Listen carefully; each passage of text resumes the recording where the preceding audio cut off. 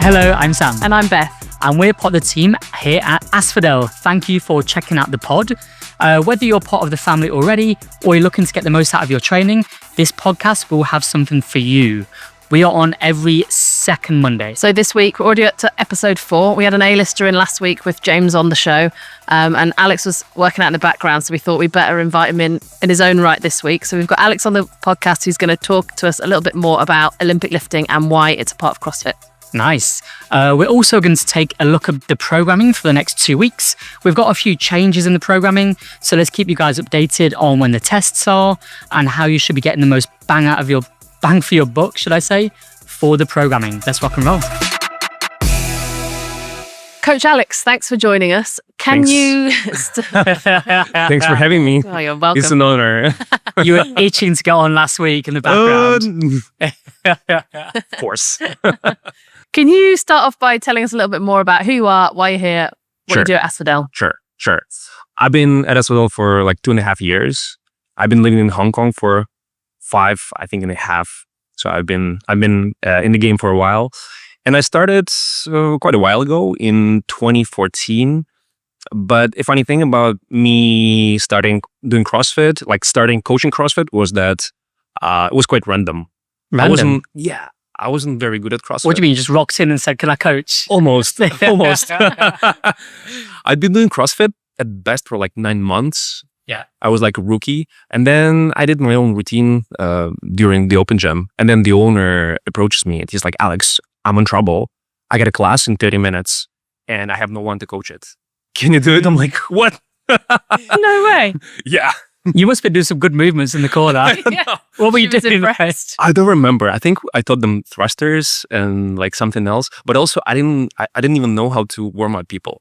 So Yeah. I would just like replicate something I remembered from like my boxing days. So we would like just to run around and do some like joint Do gymnastics. some shadow boxing. Yeah, shadow boxing. So I had no idea how to coach CrossFit, but also I couldn't perform myself a lot of things. I couldn't do double unders. I couldn't go upside down, let alone muscle ups and stuff like that. Yeah. Well, you must have enjoyed it, hence why you're here today. Nice, man. That's pretty cool. So here at Aspodel, you take a lot of the classes such as Olympic lifting, you lead the programming, you lead the coaching on Olympic lifting. And ideally today, we can take more of a deep dive into that. So we've got a few questions to ask you, which is pretty much telling our members all about the Olympic lifting program and how they get the best out of it, why they should be doing it, and so on. Firstly, one thing what a lot of people might think about or ask is, why is Olympic lifting part of CrossFit? So in CrossFit, we work on 10 physical qualities. We work on strength, cardiovascular endurance, stamina, etc., including power.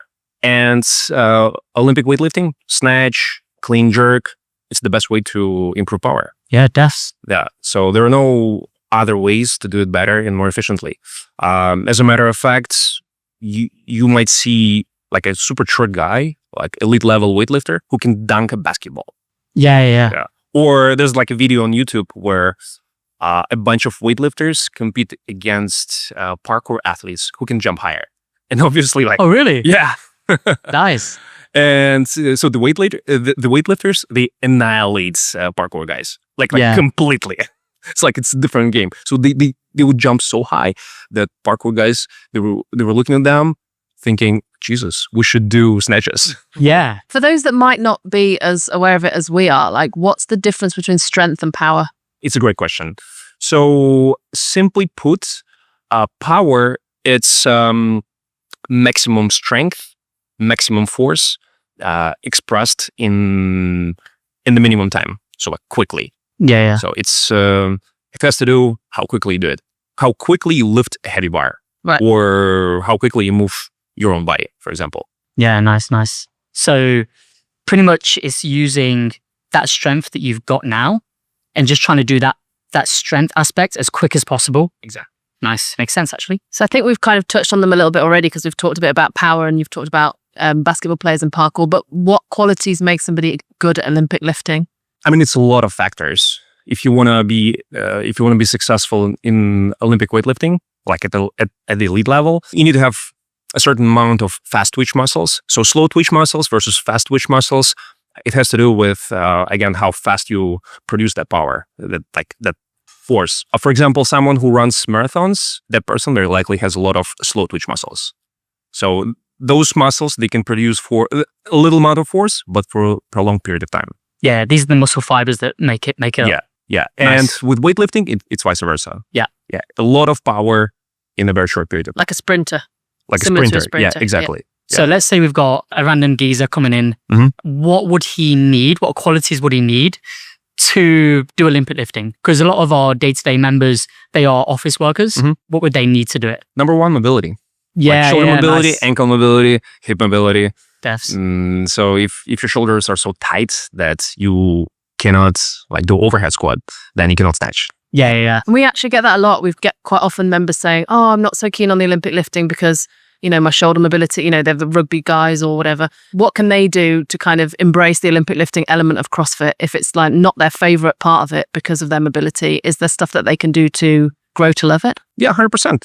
So say you cannot do full range of motion overhead squat, but you can do partial range of motion overhead squat.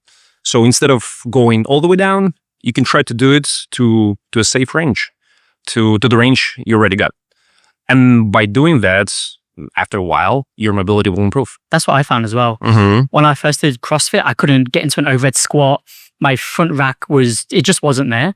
And then the more I did it, there was a bit of suffering through it because I'm like, oh my God, I just can't do this. And then after a little bit more practice, just doing overhead squats with a PVC pipe, one day I could just do it. Exactly. Yes. And that just showing it's more of like it is a mobility exercise as well as a way to produce power. I have a photo of myself snatching, like catching the snatch at the bottom. So the photo was taken in 2015. It's quite deep, but compared to my today's mobility, it's much higher. Yeah. So I caught it much higher. And I don't really do that much in terms of mobility, except like lifting. But your mobility is pretty damn good. I know. Well, now it is. And it's No, all it from is. lifting. Yeah. So basically like a heavy bar just pushes you down into that good position. Yeah. It's so interesting, isn't it? Because I think if you talked about Olympic lifting to the general population, even me listening to you now, you think it's for strength and for power. You never think about the fact that it's actually improving your mobility when you're doing it. It does. I always think of it as you need to work on your mobility to do it, but just doing it repeatedly works on your mobility itself. Yeah. So with Olympic lifting, because in the gym, in most gyms, we have the beginners, the intermediates, the advanced. How does it look for the beginners? So you get somebody come through the door, I want to do CrossFit, I want to do Olympic lifting. How will it look for them versus the advanced guys? So I would say from the coach's perspective, it's Yeah. much easier to deal with complete beginners. Yeah. Because they're like blank.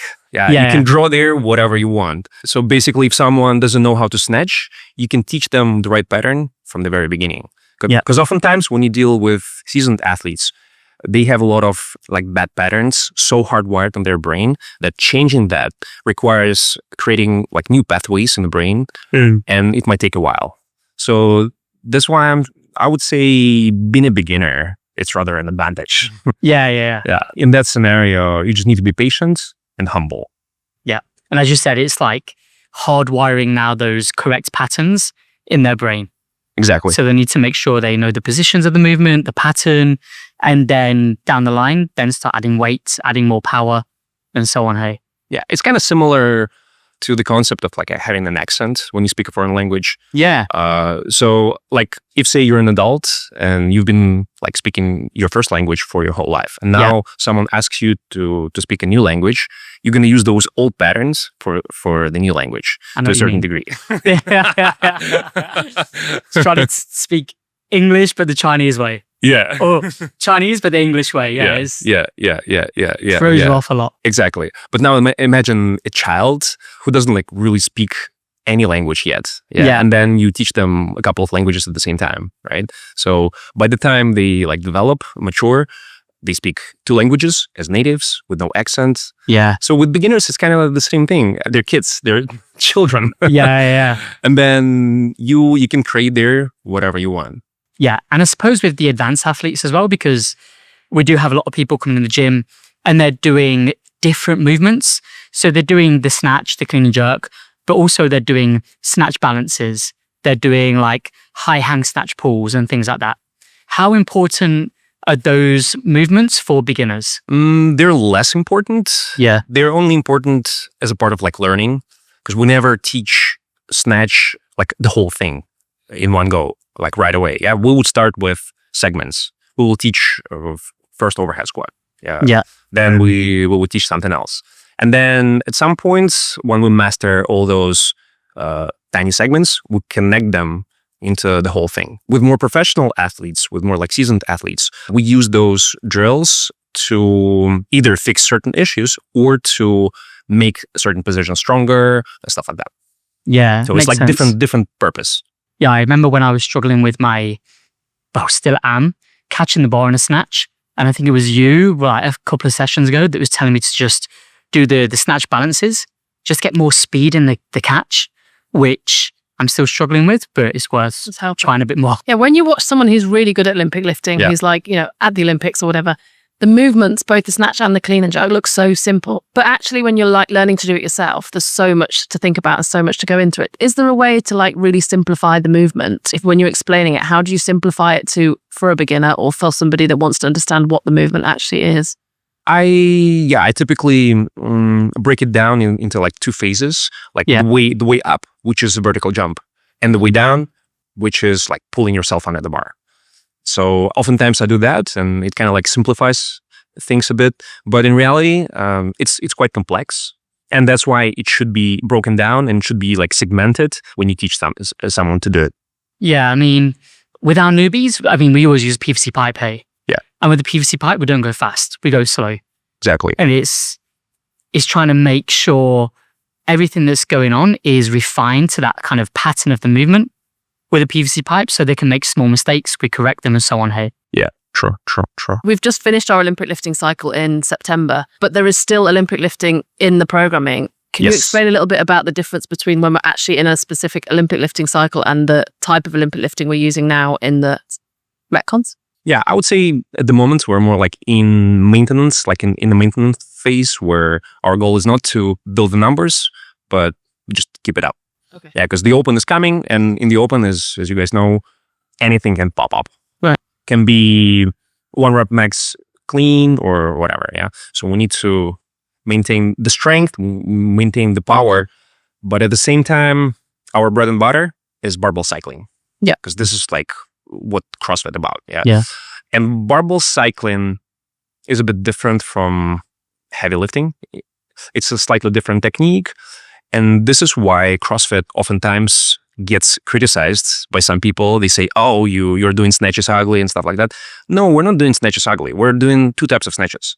We're doing 1 rep max snatches, but sometimes we do light snatches with like 30, 40 kg bar, but for a lot of reps. Yeah. And doing them with the exact same technique makes no sense because it's more like an endurance workout. Yeah. It's much longer. We're doing like 50 reps. Yeah. If you do 50 reps using the same technique you use for heavy lifts, it's going to take you ages to finish that workout. And yeah, with the program at the moment, as you said, we are in maintenance. And with that maintenance, it's kind of moving the barrier a little bit week by week with that maintenance phase. So if we're maintaining it, let's say 60%, the next week will be like 62.5, then 65 and so on. With hang cleans at the moment, we've got over that maintenance phase, and now it should still feel fairly doable, but we're constantly moving the needle. So eventually we will test that movement as well, just to plug the hang clean test in there as well. With cycling, so we've got snatch cycling throughout the week in the Metcons as well. So for people that want to benefit their snatch cycling a bit better, how can we change that technique from a 1RM to now snatch cycling? Like, is there certain ways that we can do that through rest periods, through the grip of the bar, and bits and bobs like that? There are a lot of things, even your footwork. Yeah. It depends. It depends, really. So say your barbell cycling, it's a heavy bar. It's something what for you is like 70%. Yeah. So in this scenario, you don't need your footwork. You don't need to perform your snatch. Similarly, you would do it in a strength workout. Yeah. Like legit Olympic weightlifting workout. But if it's lighter, then the footwork, it's a waste of time and it's a waste of energy. Yeah. So you don't really need it. And sometimes you don't even need to dip to receive the bar. Yeah. Because it's quite light. So you can do like muscle snatch. You can use your upper body a little bit more. And then also it depends on the workout. depends on the strategy. Yeah, if your workout is all about legs, if it's snatches, then box jumps, then rower, it's all legs. So Yeah. you'll need to use your upper body a little bit more to let your legs rest. Yeah, you don't want to And- squat that. Yeah, and vice versa. If you're pairing snatches with, say, pull-ups, keeping pull-ups, in this scenario, it makes more sense to use your legs. Yeah. Because you need your upper body for the pull-ups. So with Olympic lifting, as we wrap this up, can you give us your top 3 tips to go from 0 to hero in Olympic lifting? 0 to hero. I would say listen to your coach. Weightlifting, True. it's one of those things where you have to be coached. I've never met like even one single person who snatches decently and who was self-taught. Yeah. So we need to be taught. We need to be humble, because going too heavy too soon will mess up your technique. Yeah. In my boxing days, our coach wouldn't let you touch bag, like the boxing bag, until you like decently move. Yeah. So it would take probably like 6 months, 9 months before you're allowed to touch the like heavy bag. Yeah. So here it's the same. I would say you need to spend some time drilling with a light bar before you earn the right. Yeah, that's because you can't really muscle through it. Exactly. I mean, we have muscle snatch, muscle clean, but like in the past, I used to get frustrated and just be like, I use my arms a lot and it wouldn't work. And it's like, okay, I need to calm down a bit, focus on technique and let the legs take over. Let the Exactly. legs drive the weight. Snatch, clean, even jerk, they're very counterintuitive. They look differently from how they performed. When you see someone snatching the very first time, like if you ask someone who doesn't do weightlifting, what muscles are working here, they would answer upper body, Yeah. which is not the case, right? We Yeah, all yeah. know that the upper body does almost nothing. Yeah, nice. What were we going to do? 3 tips? That was one. I was one. That was 3 molded into 1. 1, listen to your coach. 2, be humble. What's number 3? 3 is focus on technique. Was it? By the Ollie shoes. Buy the Ollie shoes. Really? Yeah. I don't have Ollie shoes. Oh no, I'm going to have to buy some now. Yeah. Put them on my Christmas list. Well, for your Ollie shoes. I've never had Ollie shoes. You're gonna rock it. What, with Ollie shoes? Really? Yes. There. No, Yes, you'll ma'am. still be shit. Yeah. Thanks, Sam. All right, guys. So let's move on to talk about the programming. Hopefully, you guys have recovered from your kipping pull-up retest and your grace retest. So make sure you go back into What Up, see how you improved, and hopefully did improve on those 2 tests. Going forward with the program. So last week, you would have seen that Monday is now back squat, not box squat. So we're getting used to back squats now. And then Wednesdays is, instead of banded deadlift, we've got deficit deadlift. So this week now, we can start adding some weight on those movements and trying to push the numbers a little bit more. Moving forwards into the program, we do have a hand clean test in the future. So let's try and keep pushing those numbers every Wednesday for that hand clean test. But now we've got Alex with us. What's a good tip or something that people should focus on when doing their hand clean test? I would say, imagine you got no arms. Like you got ropes instead of your arms.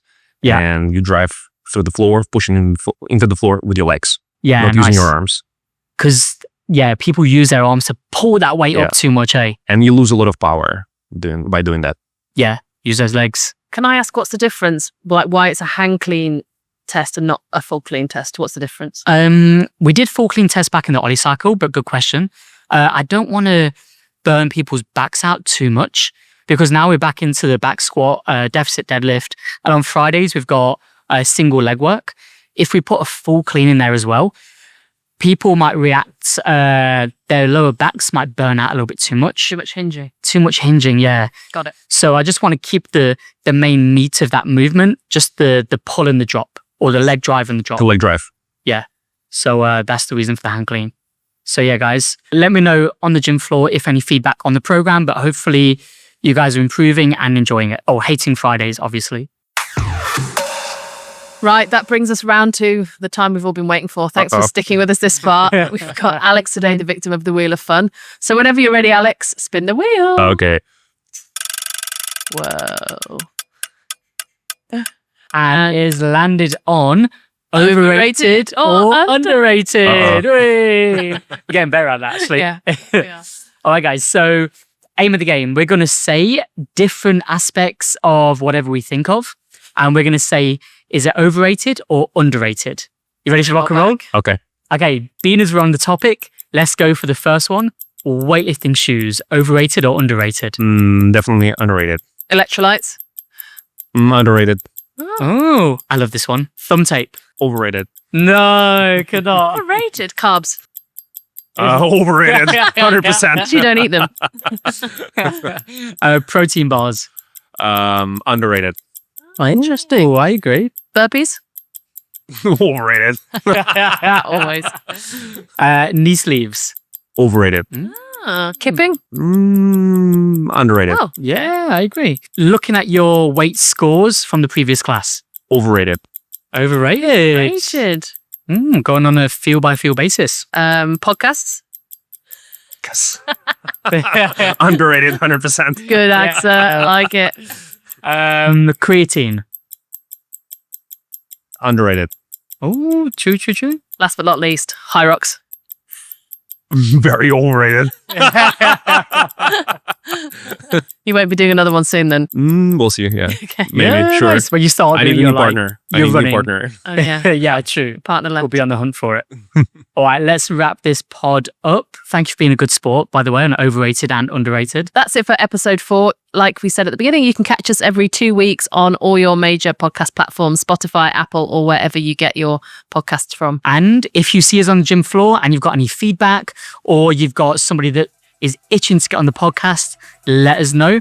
And we take all feedback seriously. Yeah, thank you for all the feedback you've already given us. And yeah, don't forget to subscribe and we'll see you in 2 weeks' time.